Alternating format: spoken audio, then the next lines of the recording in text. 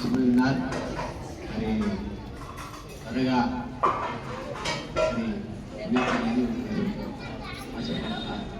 విననీకే లేరు కానీ ఇప్పుడైతే అందరూ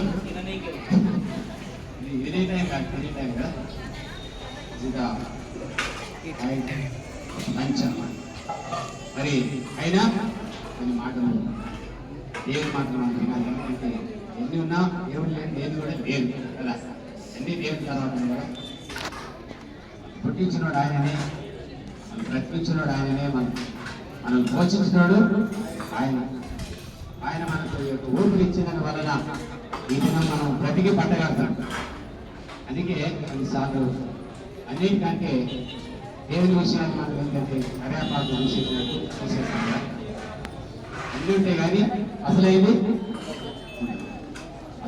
అంటే దేవుడి అసలు కుసలికాయ అంటారు కదా.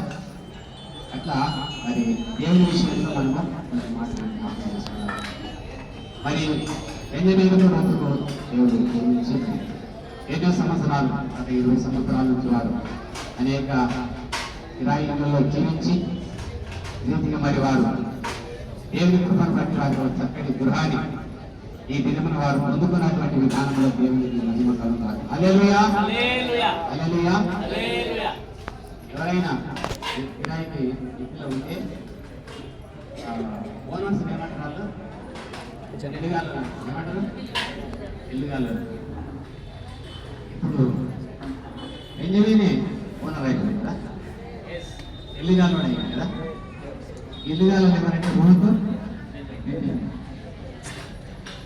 ఎవరమ్మాలండి. కాబట్టి దేవుడు ఒక ఇల్లును వారికి